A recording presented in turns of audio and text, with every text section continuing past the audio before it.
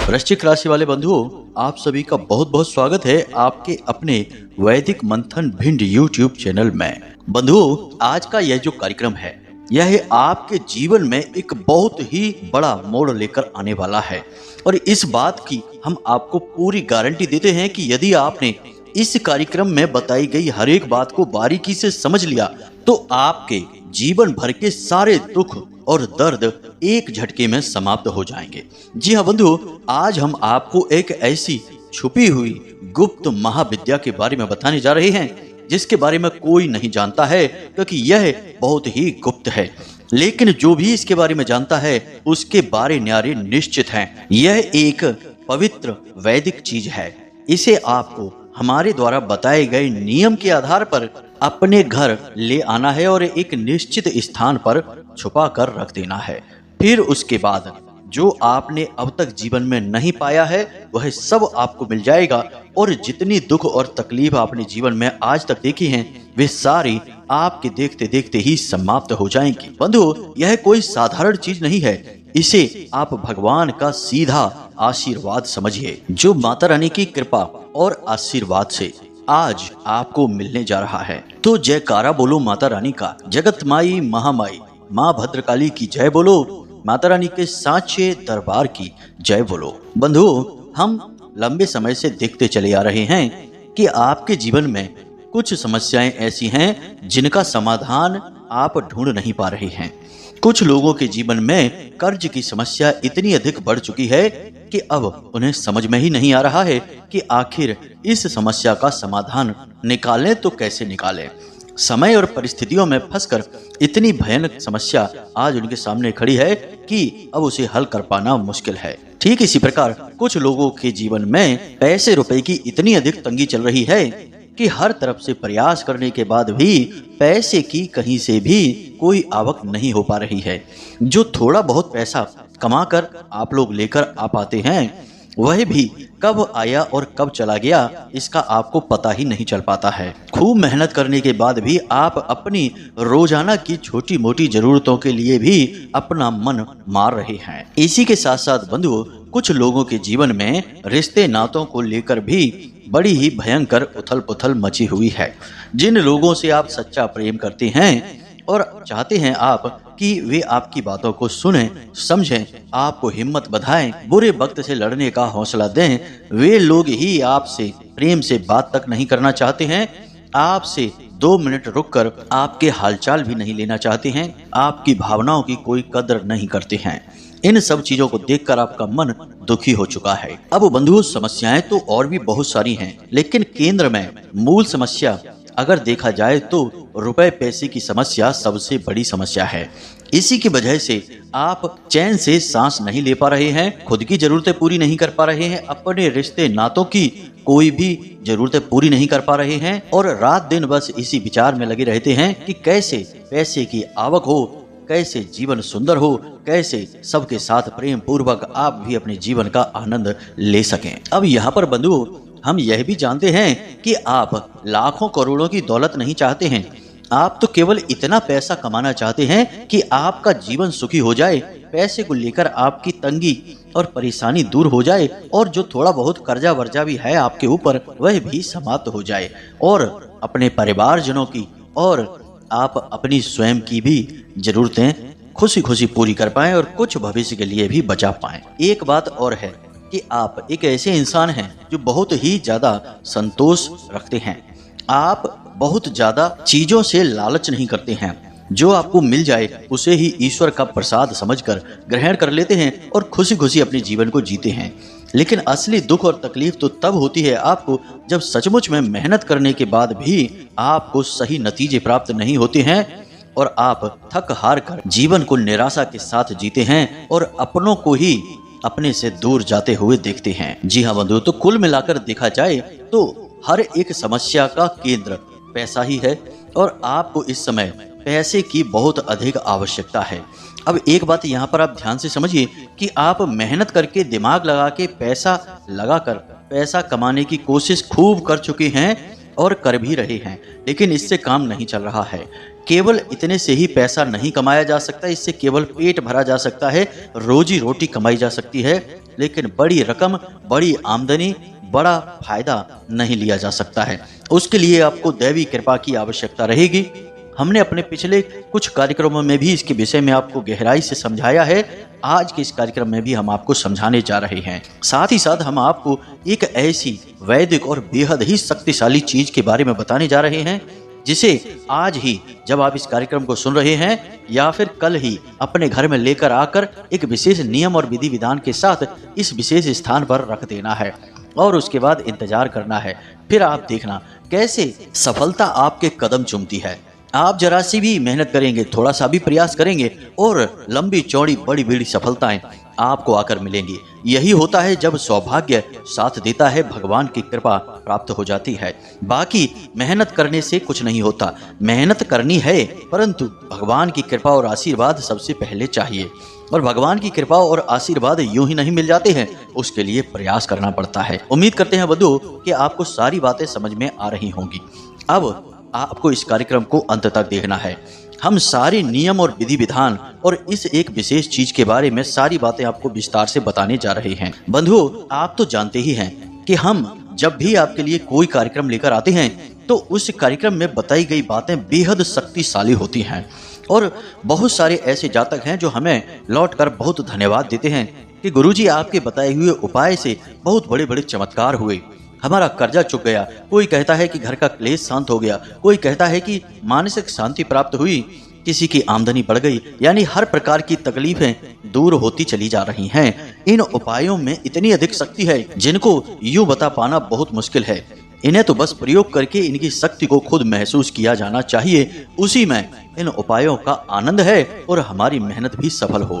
तो हम बस आपसे यह चाहते हैं कि आप इस कार्यक्रम में बताई गई बातों को गहराई से समझें और उसके लिए इस कार्यक्रम को अंत तक अवश्य देखें, तभी हमारी मेहनत सफल होगी और इस एक बेहद शक्तिशाली चीज के बारे में आपको भी संपूर्ण ज्ञान प्राप्त हो जाएगा। अब यदि आप कार्यक्रम को बीच में ही छोड़ देंगे, आधा अधूरा ज्ञान लेकर जाएंगे, फिर आप कहेंगे कि आपकी बताई हुई चीज का, उपाय का हमारे ऊपर कोई प्रभाव ही नहीं हुआ, तो बंधुओं, आधा अधूरा ज्ञान तो वैसे भी ज्यादा खतरनाक होता है। इससे तो अच्छा यह होगा कि आप इस कार्यक्रम को यहीं पर छोड़ दें और कुछ और देखें जाके। यह बात सुनने में थोड़ी कठोर अवश्य लगती है, लेकिन सत्य है, इसीलिए हम आपको कह रहे हैं।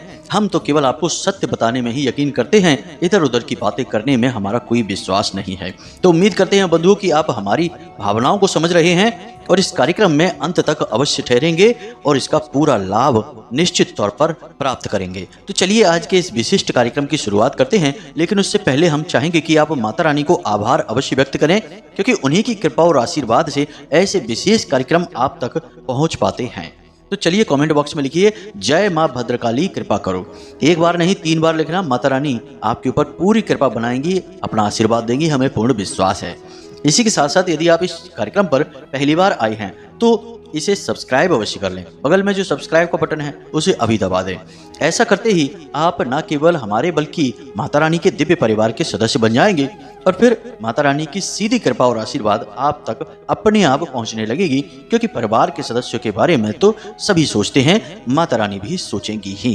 तो चलिए जल्दी से चैनल को सब्सक्राइब करिए, फिर आगे बढ़ते हैं। तो बंधुओं, आप ध्यान से सुनिए। हमने आपको अपने पिछले कुछ कार्यक्रमों में बताया था कि आपको मेहनत करने से केवल और केवल रोजी रोटी मिलेगी, उतना ही पैसा मिलेगा जिससे आपका पेट भर सके, आपका जीवन बस चल सके। आप जीवन का आनंद नहीं ले पाएंगे। उसके लिए आपको भगवान की कृपा चाहिए होगी। जिस पर भगवान की कृपा होती है वह जरा सी मेहनत करने पर बहुत ज्यादा सुखी हो जाता है, धनपति बन जाता है। पैसे की उसके घर में कोई कमी नहीं रहती है और जहाँ पैसा बहुत अधिक होता है वहां अपने आप सुख समृद्धियां आ ही जाती हैं। लेकिन यह बात भी 100% सही नहीं कही जा सकती, क्योंकि बहुत से लोग पैसा कमाने के बाद भी दुखी रहते हैं। नींद नहीं आती है तो नींद की दवाई खाकर सो रहे होते हैं। तो अब ऐसे में ऐसा क्यों हो जाता है, इसके पीछे भी कारण समझिए। तो कुछ लोग जो पैसा कमाते हैं वो पैसा कमाने के लिए कुछ गलत कार्य करने लगते हैं। उल्टे सीधे गोरख धंधों से पैसा तो अपने जीवन में लेकर आ जाते हैं, लेकिन भगवान की कृपा नहीं आ पाती है।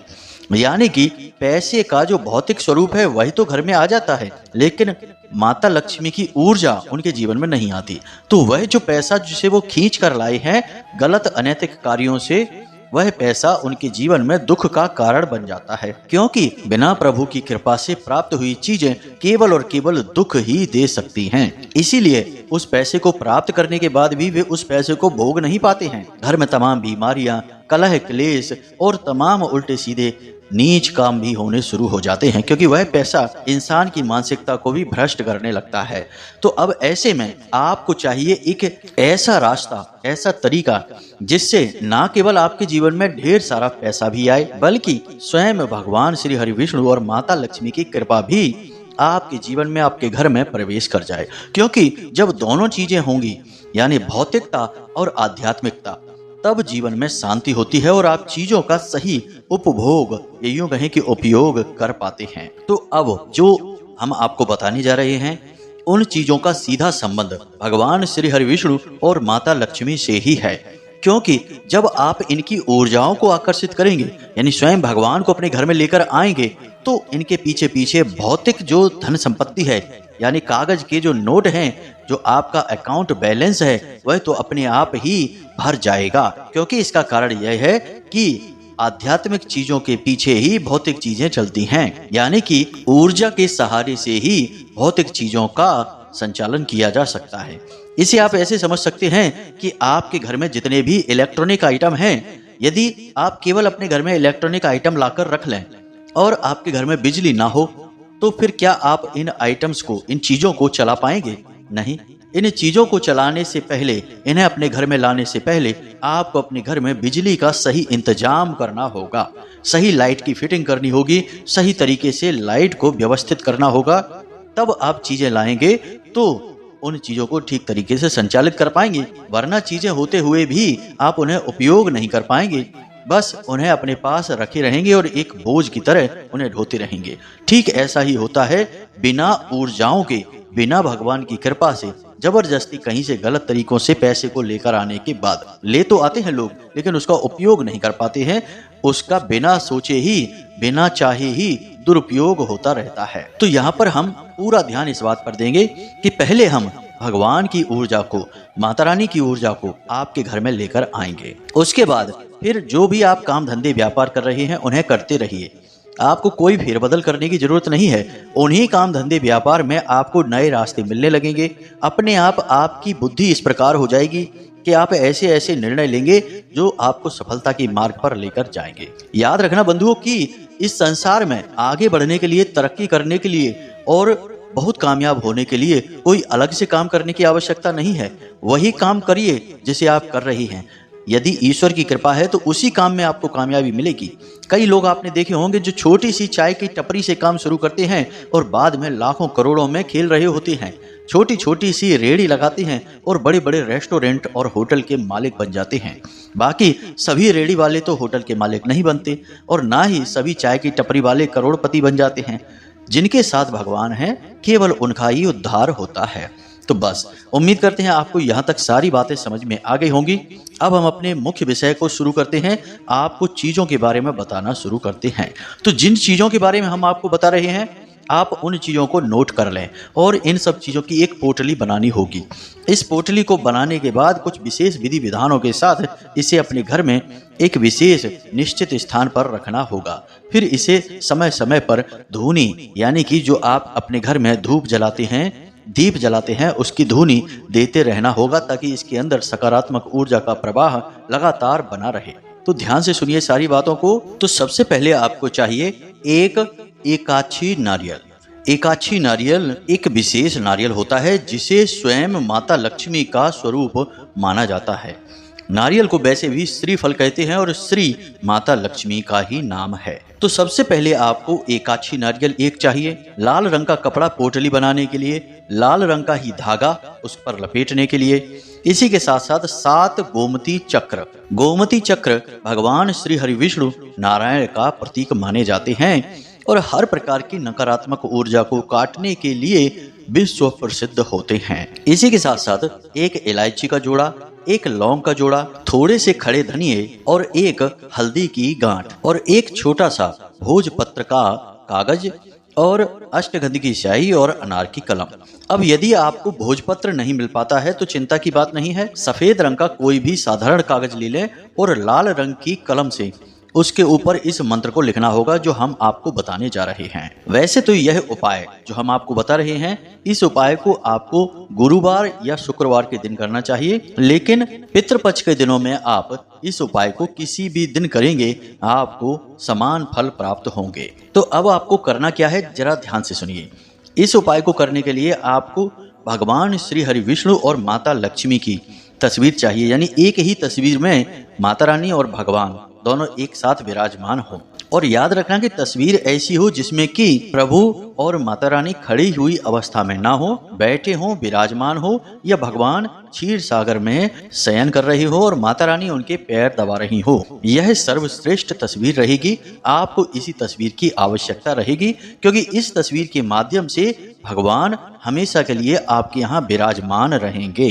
अब आपको चाहिए लाल रंग के पुष्प, लाल रंग का ही प्रसाद और माता रानी की चौकी पर बिछाने के लिए लाल रंग का ही आपको कपड़ा चाहिए। इस उपाय को आप सूर्यास्त के बाद करें और याद रखें कि इसके विषय में किसी भी व्यक्ति से किसी भी प्रकार की चर्चा न करें, उपाय को गुप्त रखें।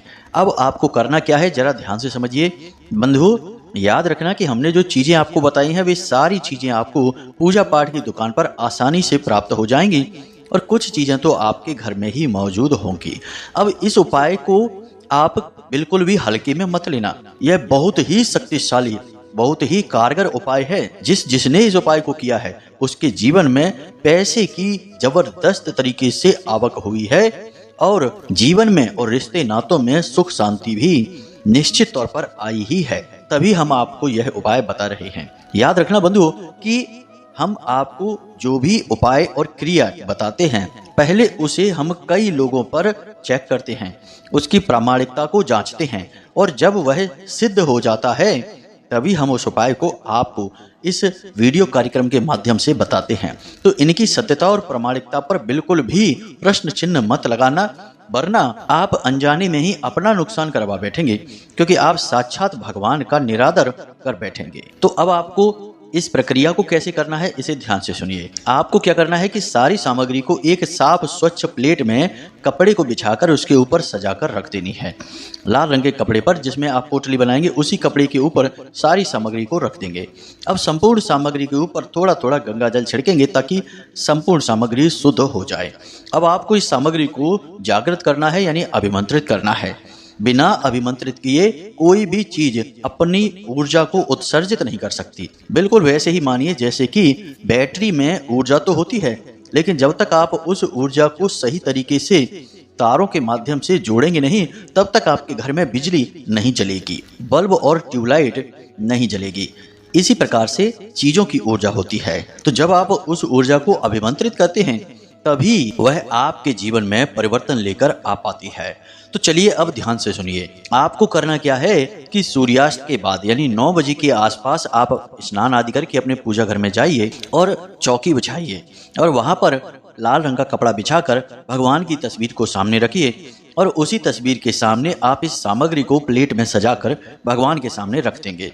यानी जिसमें आपका एकाची नारियल है, जिसमें भगवान के गोमती चक्र हैं, हल्दी की गांठ है, थोड़े से सूखे धनिये, खड़े धनिये हैं। अब संपूर्ण सामग्री को आपने रखा।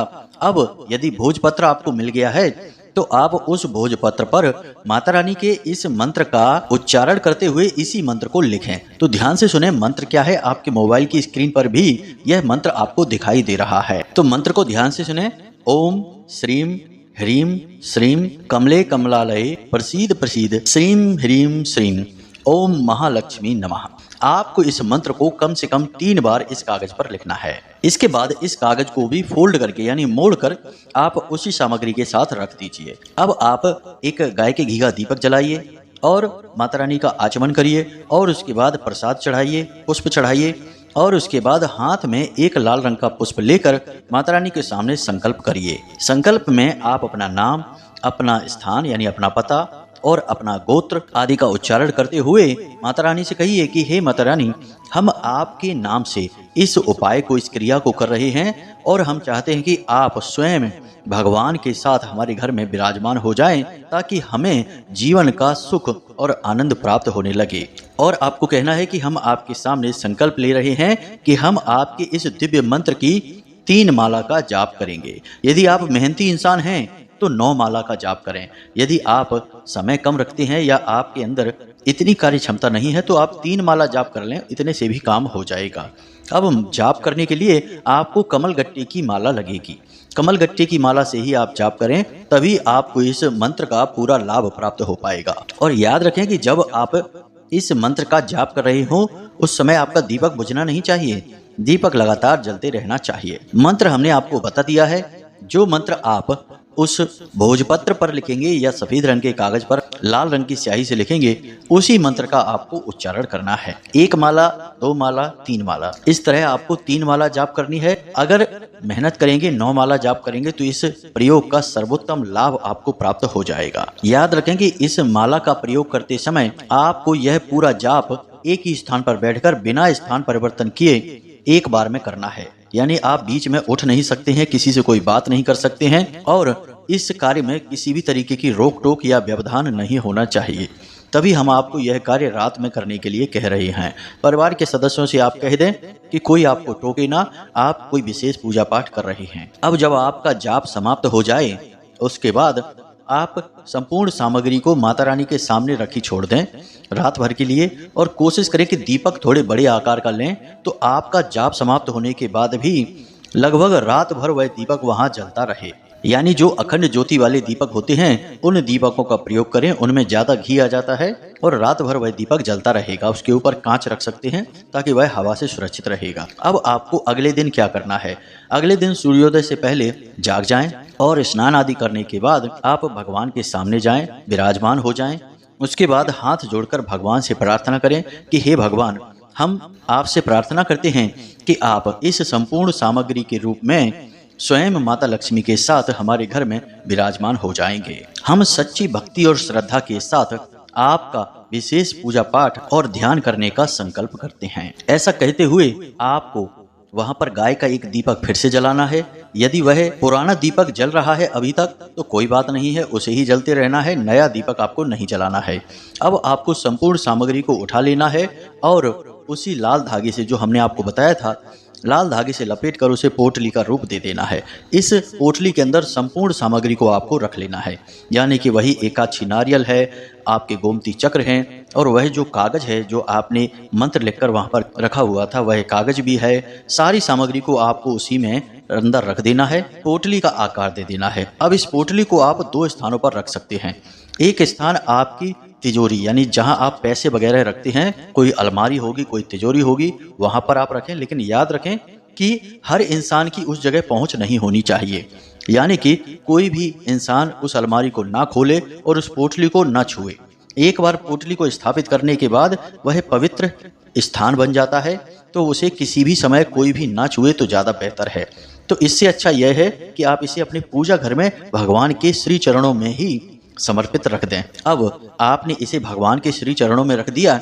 उसके बाद सुबह शाम जब भी आप पूजा करें तो जो दीपक जलाएं और जो धूप जलाएं, उससे जो धुआं निकलता है, दीपक की जो लौ निकलती है, तो हाथ के इशारे से इस पोटली की तरफ उस धुएं को भेजने की कोशिश करें। दीपक की लौ को उसी तरफ प्रवाहित करने की कोशिश करें।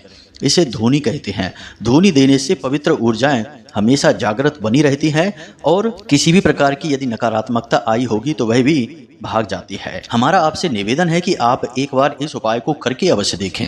हम लंबे समय से देख रहे हैं कि आप लोग जिन प्रकार की समस्याओं से जूझते चले आ रहे हैं, उन सभी समस्याओं का समाधान इस उपाय के अंतर्गत है, इस चीज के अंतर्गत है। तो आप इसे एक बार करके अवश्य देखें। सारी बातें हमने आपको पूरे विस्तार के साथ बताई हैं। फिर भी यदि कोई प्रश्न आपके मन में उठ रहा है तो आप कमेंट करके पूछें या फिर व्हाट्सएप नंबर पर मैसेज करके पूछ लें। समय मिलने पर हम आपके प्रश्नों के जवाब आपको अवश्य देंगे। इसी के साथ साथ आज के इस कार्यक्रम को समाप्त करते हैं। हमेशा हंसते रहिए, मुस्कुराते रहिए, सकारात्मक रहिए और दिन में एक बार मंदिर अवश्य जाइए, क्योंकि आपका उद्धार वहीं से होना है। मिलते हैं अगले ज्ञानवर्धक कार्यक्रम में, तब तक के लिए प्रेम से बोलिए जय माई की, जय माँ भद्रकाली। माता रानी आपका कल्याण करें।